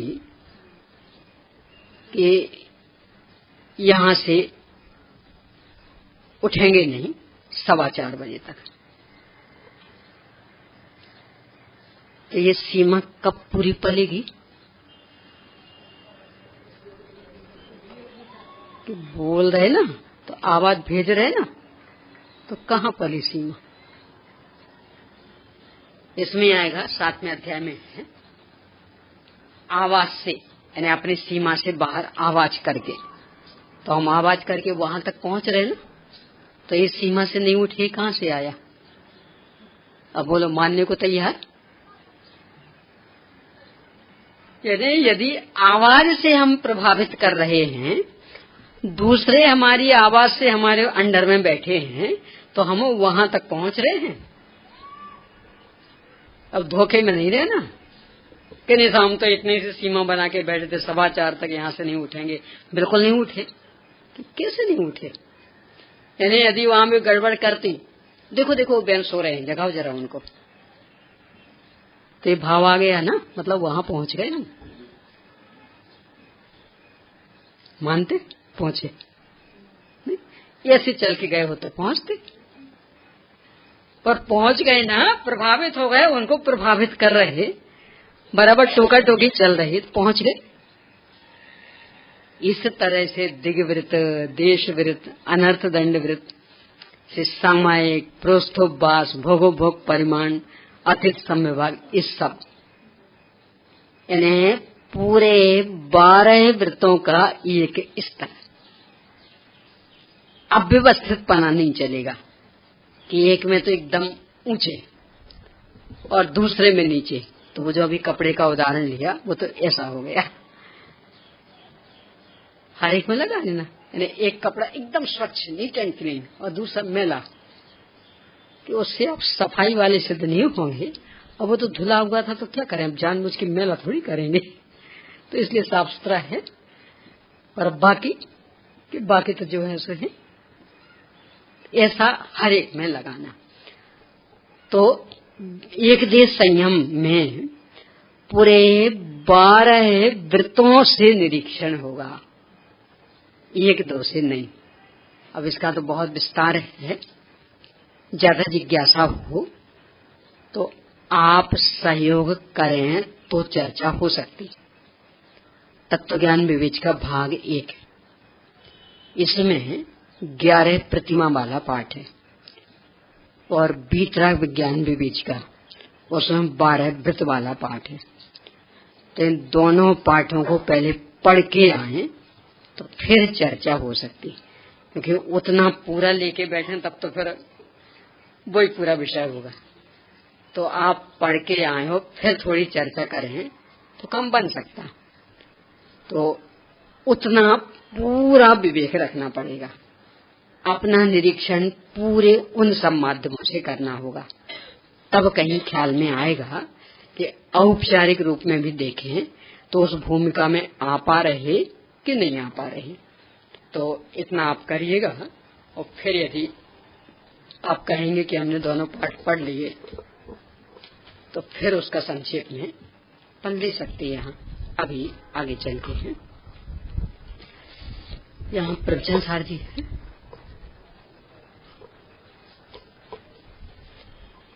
चतुर्विध संघ का स्वरूप समझाते हुए वर्तमान में उसकी प्रत्यक्षता किस प्रकार से समझे।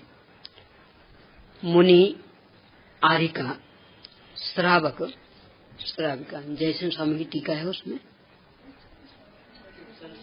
हाँ। गाथानुक्रमण का तो नहीं है, वो गाथा नंबर मुझे याद नहीं है तो इसी में ही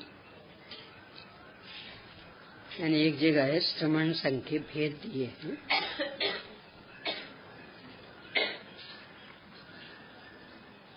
चलो अभी ऐसे लिए लेती हूँ। मुझे लगा गाथानुक्रमण का होगी तो काम बन जाएगा, पर गाथानुक्रमण का नहीं है, ऐसे खोजने में समय जाएगा। तो ये दो तरह की चर्चा, एक तो श्रमण संघ और एक चतुर्विध संघ। श्रमण संघ में मुनि, यति, अनगार, एक और शब्द क्या है,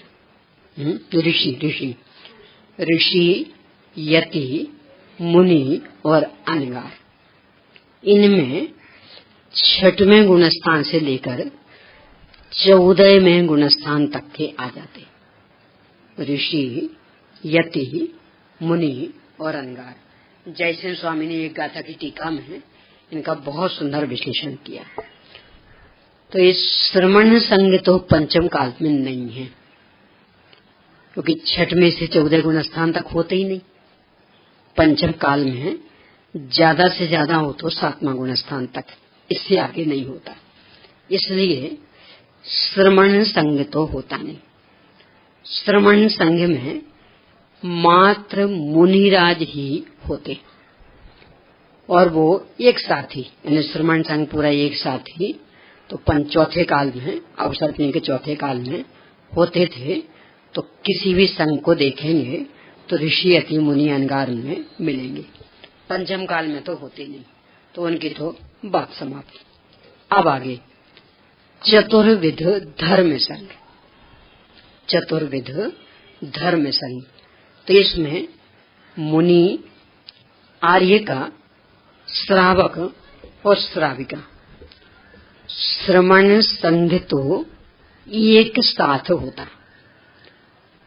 चतुर्विध धर्म संघ एक साथ नहीं होता, एक साथ नहीं रहते। यानी मुनिराजों के संघ में आरिकाएं नहीं होंगी, आरिकाओं के संघ में मुनिराज नहीं होंगे। मुनिराजों से कोई महिला दीक्षा लेके आरिका नहीं बनेगी, और आरिका से दीक्षा लेके मुनि बनने का तो प्रश्न ही नहीं, क्योंकि महाराज तो ऊंचे पद वाले। पर कोई भी महिला मुनिराज से दीक्षित नहीं होती, यानी आचार्य श्री किसी भी महिला को दीक्षा नहीं देंगे। आप प्रतिमान युग को देखेंगे तो पूरा जिनागम इसका साक्षी, यानी एक ही घर से एक साथ उस घर की महिलाएं और उस घर का पुरुष वर्ग दीक्षा लेने निकला। पुरुष वर्ग सारा आचार्य श्री के पास गया, महिला वर्ग सारा गणनी आरिका के पास गया और उनसे पर उनकी दीक्षा हुई। जैसे जम्मू स्वामी का ले लें, जम्मू स्वामी, उनके पिता और विद्युचर आदि 500 चोर, ये सब आचार्य से दीक्षित हो गए। वहीं उनकी 4 पत्नियां, माँ, ये सब जाके आरिका माता जी से दीक्षित हुई। कारण अपोजिट जेंडर। दीक्षा में तो स्पर्श करके पूरी ऐसी विधि करनी पड़ती, तो महाराज श्री महिला का स्पर्श कैसे कर सकते हैं? उतनी नजदीकी भी कैसे संभव? इसलिए कोई भी आचार्य श्री महिला को दीक्षा देके आरिका नहीं बनाएंगे। और इसी कारण उनके संघ में भी नहीं होती। यानी महाराज श्री के संघ में महिला के नाम से कोई नहीं होगा, ना आरिका है, ना चुल्लिका है, ना ब्रह्मचारिणी।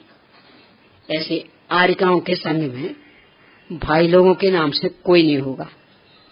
मुनि महाराज श्री का होने का तो प्रश्न ही नहीं, उनका तो पद ऊपर ऊंचा, पर छुल्ला केलक भी नहीं, ब्रह्मचारी भी नहीं। यानी बहनों के साथ मात्र बहनें और भाइयों के साथ मात्र भाई। भाइयों के उसमें बहनें नहीं, बहनों के उसमें भाई नहीं। इसलिए चतुर्विध धर्म संघ कभी भी एक साथ नहीं होता। मुनि राष्ट्रीय अलग होंगे, आरिकाओं का संघ अलग होगा। श्रावक श्राविका अपने घर में रहते होंगे, वे संघ में है ही नहीं, तो ये अलग अलग रहेंगे। अब इनकी प्रत्यक्षता तो पहले तो स्वरूप समझना पड़ेगा, और स्वरूप में यथार्थ स्वरूप तो केवल ज्ञान गोचरी है। उसे जानने की क्षमता तो अपनी है नहीं, इसलिए अपन उसे जाने अपने को आज्ञा भी नहीं है। मात्र चरणानुयोग के आधार से ही जानने की अपने को आज्ञा। तो इसके लिए चरणानुयोग में इनके क्या स्वरूप दिए, क्या मर्यादाएं हैं, वो अपने को समझनी पड़ेंगी। इन्हें मुनि महाराज श्री के जो 28 मूल गुण, कैसा कैसा स्वरूप। अभी तो नग्नता मात्र में भी दिग्भ्रमित।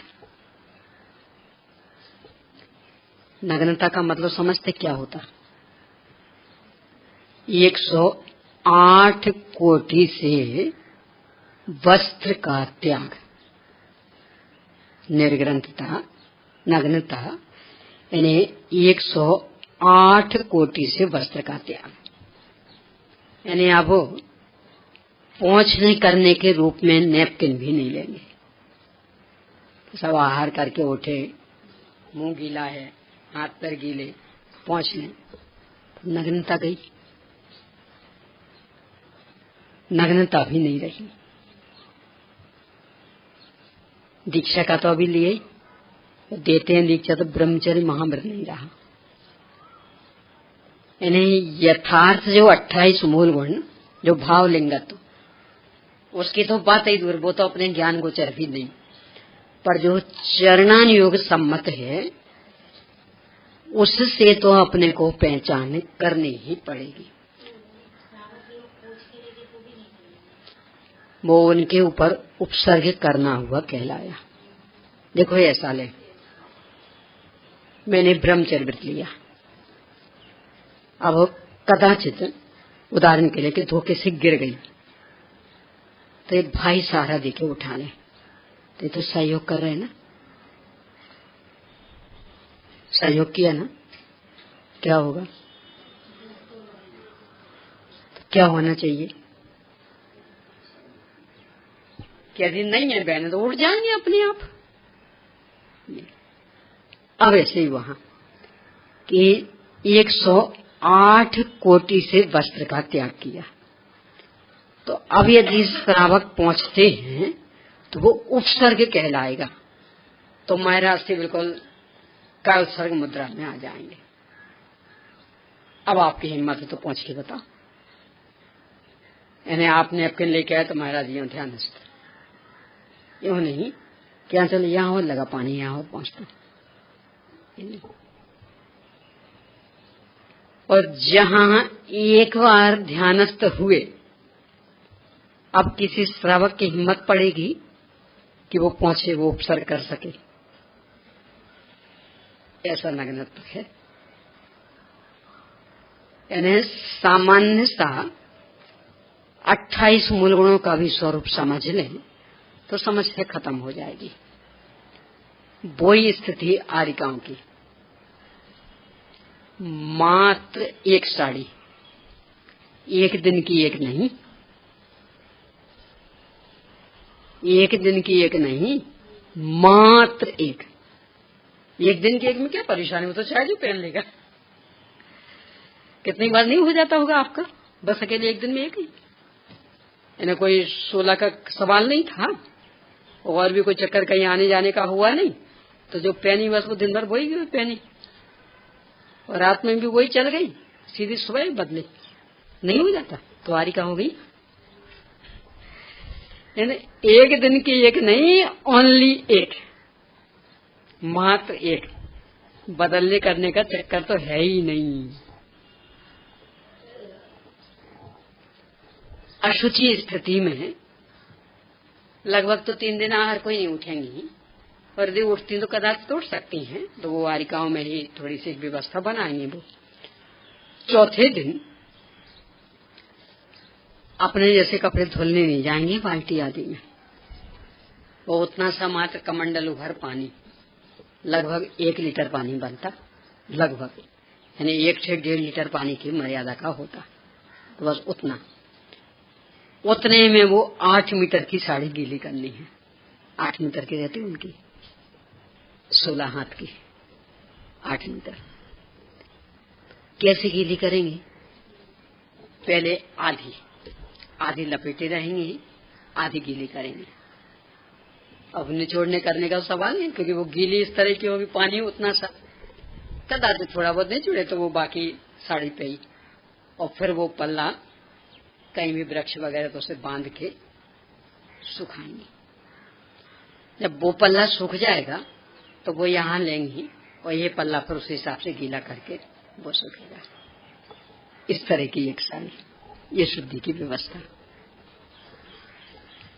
जब श्रावक को लगने लगे कि सब बहुत जीर्ण शीर्ण हो गई, तो वो निवेदन करे, पर उसके बल पर ये स्वीकार कर लेंगे ये नियम नहीं। इनको स्वयं लगे कि हाँ वास्तव में अब जीर्ण शीर्ण हो गई, क्योंकि श्रावक तो श्रावक है, जिनको हम जिनके सामने नतमस्तक हैं, तो उनके ऊपर तो क्या खर्च नहीं कर सकते। तो यदि श्रावक को खुली छूट मिल जाए तो वो तो रोज नहीं दे देगा, उसको क्या है, तो उससे नहीं लेंगे, वो तो निवेदन करे, और इनको वास्तव में लगे कि हाँ वास्तव में जीर्ण शीर्ण हो गई। तो जब लगे तो वो श्राविका जो निवेदन कर रही है वो भी चाहे जब नहीं, जब वे आहार को उसके यहाँ आई हैं तब, कि माता जी थोड़ी सी कृपा, बहुत जीर्ण शीर्ण हो गई। हमें भी भावना है तो हम तो इसके लिए साड़ी लेके रखी है, कृपा करिए हमारे ऊपर, आप इसको धारण करिए, ये हमें दे दीजिए। और उनको लगा कि हाँ अब वास्तव में जीर्ण शीर्ण हो गई, यदि अब ज्यादा कुछ किया तो कभी भी फट सकती है, सिली हुई तो पहनते नहीं वो। तब फिर उनके यहाँ जो भी एकांत स्थान होगा तो वहाँ ये पुरानी छोड़ेंगे और वो नई पहन लेंगे, और फिर वो आराम से 3-4 महीने तक चलेगी। इस तरह का रोज धोने करने का तो चक्कर ही नहीं, किसा पे शुद्ध, कि जिनने अपने शरीर को धोने का ही त्याग कर दिया, स्नान का त्याग, तो वो साड़ी को स्नान क्यों कराएंगे?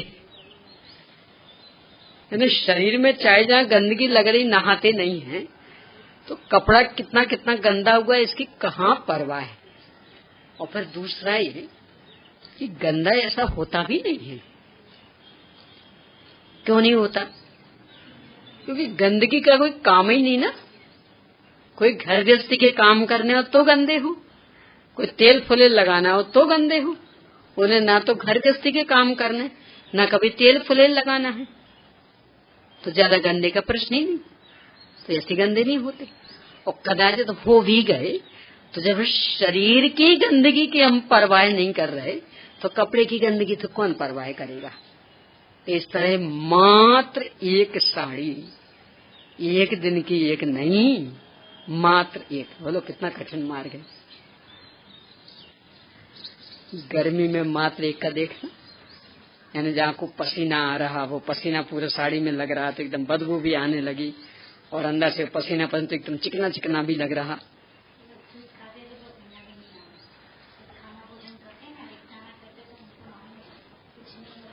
बस ऐसा है, यानी चर्या की कल्पना करें तो रोम रोम खड़ा हो जाए उल्लास से। कितना गजब का जीवन। उनकी चर्या की भी महिमा आवे है और अपनी निकृष्टता भी ख्याल में आवे कि अपन कितने विषयासन, यहाँ इतनी गंदी हो गई, यहाँ ऐसा हो गया, वहाँ वैसा हो गया, और इसी में अपना जीवन बिता रहे। तो इस तरह का आरिका का जीवन। श्रावक श्राविका ये तो अभी पूरी गृहस्थ ही है, वैसे आरिका भी गृहस्थ ही कहलाती हैं, पर वे उत्कृष्ट श्राविका 11वीं प्रतिमा गृह त्यागी। और बाकी जो श्रावक श्राविका ये तो घर में ही है, तो ये अविरत सम्यक दृष्टि भी हो सकती, देशवृत्ति भी हो सकती, पहली प्रतिमा से 10वीं प्रतिमा तक के कोई भी हो सकते हैं। तो ये श्रावक श्राविका, तो उनका तो अपना भूमिका के अनुसार गृहस्थ धर्म का पालन होगा। तो इस तरह से चतुर्विध संघ चलता है, और ये पंचम काल के अंत तक रहना है। अपने शास्त्र में तो नाम भी आए हैं, मेरे ख्याल से इंद्रभूति है, इंद्रनंदी, नाम में भूल है, नाम बहुत जल्दी भूल जाती है।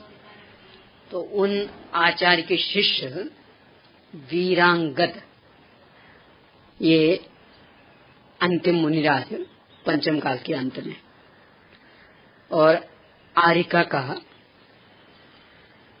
शायद कौन सी श्री पर है कोई नाम, तो वो आरिका।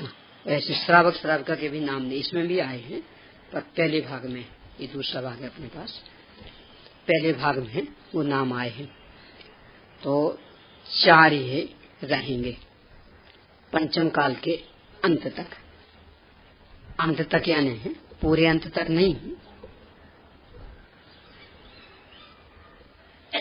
8 महीना और 15 दिन शेष रह जाएगा तब, यानी कार्तिक कृष्णा अमावस्या को इन चारों की समाधि हो जाएगी।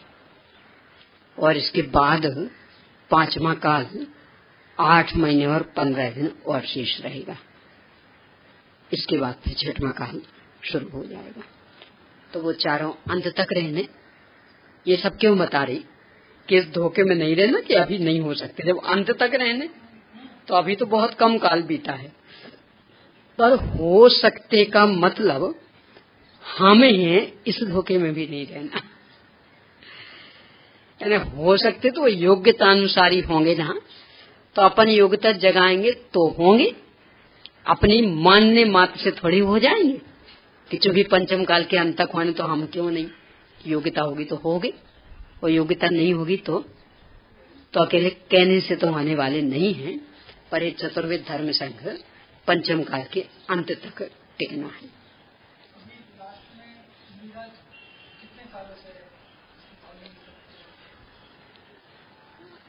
अपने भरत क्षेत्र में थोड़ा सा अभाव होता, भरत और ऐरावत में, विदेह में तो हमेशा से है, विदेह क्षेत्र में।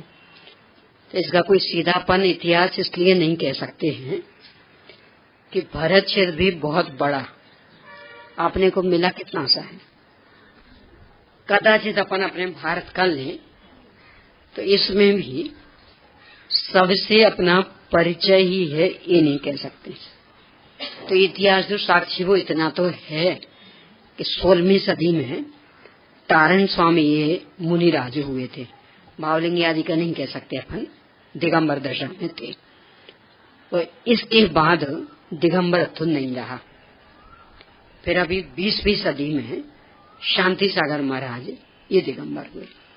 तो जब दिगंबरत्व ही नहीं तो भावलिंग होने का तो प्रश्न ही खड़ा नहीं होता। अब इसके बाद दिगंबरत्व शुरू हुआ, तो अब उसमें फिर सबसे तो अपना परिचय है नहीं। तो देखो इसमें एक और भी, जो वास्तव में आत्माराधक होते हैं, ये कहाँ अपन लोगों जैसों के चक्कर में आते, कहाँ से परिचय होगा। ये तो अपने बस आत्मा में रत रहते तो वास्तव में परिचय नहीं हो पाता। तो देखो इसमें तो ये है कि श्रावकों की कमी नहीं है। अभी भी ऐसे भी अपन लें तो पूरे भारत में पिछीधारी कितने से हैं? मात्र 1500। अभी भी ये जो हर चातुर्मास में लिस्ट निकलती ना, कहाँ किसका चातुर्मास कहाँ कितना, तो उसमें पूरी संख्या आती। तो पिछले साल के चातुर्मास की मात्र 1500 पूरे सब उसमें, यानी मुनिराज, आरिका, छुल्लक, छुल्लिका, एलक सब मिलकर। ब्रह्मचारिणी आदि उसमें नहीं आते हैं वो, यानी पिछीधारी। तो पिछीधारी में है मुनि, आरिका, छुल्लिका, एलक, छुल्लक, ये आते हैं। तो इनकी संख्या थी पिछले चातुर्मास में मात्र 1500, बस यानी 1500। अब इस तुलना में देखें तो पूरे भारत का निरीक्षण करें तो कितने श्रावक ऐसे कि बिल्कुल मुनिराजों जैसा शुद्ध आहार रोज करते, तो आराम से विधि बन जाएगी, कोई कठिनाई नहीं। अब ये तो यदि प्रदर्शन हमें प्रिय हो कि नहीं हम तो सब यहाँ रहेंगे, अब यहाँ आप शुद्ध दो, तब तो फिर अलग से बनाना ही पड़ेगा। पर जिनको आत्माराधना करनी, अपने नियम पालन करने, वो ऐसे में क्यों रहेंगे? वे तो अपने ऐसे छोटे छोटे गांव आदि के पास के जंगल में रहेंगे जहाँ आराम से साधना होनी है, तो वहां रहते। पर अपना जो कि परिचय तो सबसे है नहीं। पहली बात तो पूरा भारत क्षेत्र ही अपने को कहाँ मिला।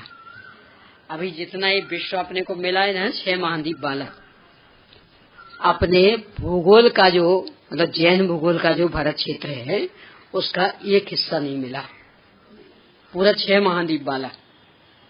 अब उसमें भारत तो कितना सा, तो होंगे कहीं भारत क्षेत्र बहुत बड़ा, होंगे कहीं अपनी पहुंच के बाहर। इतना तो वैज्ञानिक लोग कहने लगे ना कि ऐसी ऐसी दुनिया बहुत है। वो जो क्या बोलते वो उड़न तस्तरी आदि का लेके बताते ना, उड़न तस्तरी, कि वो आते हैं तो इसका मतलब है ऐसी दुनिया और कहीं मनुष्य रहते हैं, वो आते। तो उससे वो एक अनुमान तो बता रहे, अपना भूगोल तो कह ही रहा ना। यानी अपने यहाँ भारत क्षेत्र जितना माना 526 है, 6/19 योजन, तो पूरा ये जो 6 महाद्वीप वाला विश्व, ये उसका 1% नहीं है। तो बहुत बड़ा भारत क्षेत्र होंगे कहीं। और आत्माराधक तो अपनी आत्मख्याति से यानी प्रसिद्धि से वैसे दूर रहेंगे, तो वे अपन लोगों जैसों के चक्कर में क्यों आएंगे। और जो श्रावक भी ऐसे होंगे तो वे भी प्रसिद्धि से बहुत दूर रहते, तो अपने गुपचुप आराधना में लगे रहते हैं, परस्पर का सानिध्य बनता रहता है, तो आहारचर्या आदि निभ जाती है। अपन लोगों जैसे नाटकवादी वाली थोड़ी, यानी जहाँ स्पष्ट देखे कि पलेगा ही नहीं तो भी निजाम तो रहना, अभी क्या जैसे ले लो, अब चाहे वो लिप्ट हो चाहे वो, ठीक है रहेंगे। तो ऐसा है, धर्म आराधना ऐसे थोड़ी होती। तो इसलिए ये भी अपन नहीं कह सकते कि नहीं है, और ये भी नहीं कह सकते कि कौन है। मूल बात तो इसमें ये कि वास्तव में इस प्रश्न को मन में स्थान ही नहीं देना। क्यों? क्योंकि ये है कि नहीं मुनिराज, इससे हमें मतलब नहीं। मुनिराजों का जो स्वरूप, बस वो हमारी दृष्टि में स्पष्ट हो और उसका श्रद्धान। अब बाकी व्यक्ति विशेष हो तो ठीक, नहीं हो तो ठीक, हम जान लें तो ठीक, और नहीं जान पाए तो भी ठीक, उससे कुछ फर्क नहीं पड़ना। इसलिए व्यक्ति विशेष की परीक्षा के चक्कर में उलझना ही नहीं। सहज भाव से पता लग जाए तो ठीक है, और नहीं लगे तो उससे कोई फर्क नहीं पड़ना, क्योंकि यहाँ तो देव शास्त्र गुरु का श्रद्धान ये चाहिए। ये गुरु है कि नहीं ये नहीं चाहिए, तो क्या को चक्कर में उलझना। सहज मिल जाते हैं तो निषेध भी नहीं, पर व्यर्थ का परिश्रम करके खोजने की भी आवश्यकता नहीं। क्यों? क्योंकि वे तो स्वतंत्रता प्रिय हैं। खोजने के चक्कर में उलझोगे तो कहाँ मिलने वाले वे, कहाँ खोजोगे। तो इसलिए वो कोई मार्ग नहीं है। देव शास्त्र गुरु के स्वरूप का निर्णय अवश्य करें, व्यक्ति विशेष से कोई लेना देना नहीं है। तो प्रश्न ही अपने उपयोग में नहीं रखना कौन है और कौन नहीं। जो होंगे उन्हें अपना उनका लाभ मिल रहा, नहीं होंगे तो अपने हाँ में हाँ मिलाने से कोई हो नहीं जाएंगे। वो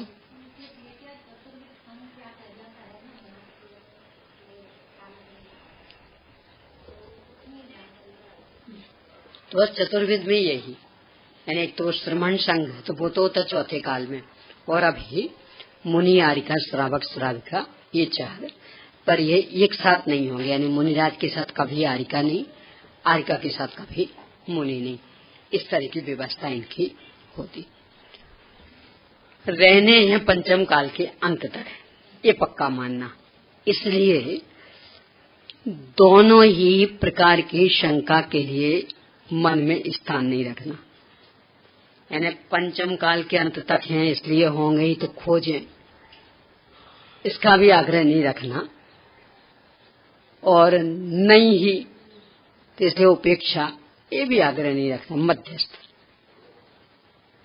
कदाचित मिलते हैं, आगम से लक्षण पहचाने, जच जाएं, स्वीकार, नहीं जचे मध्यस्थता, क्योंकि अपने अपने परिणामों का फल मिलना है।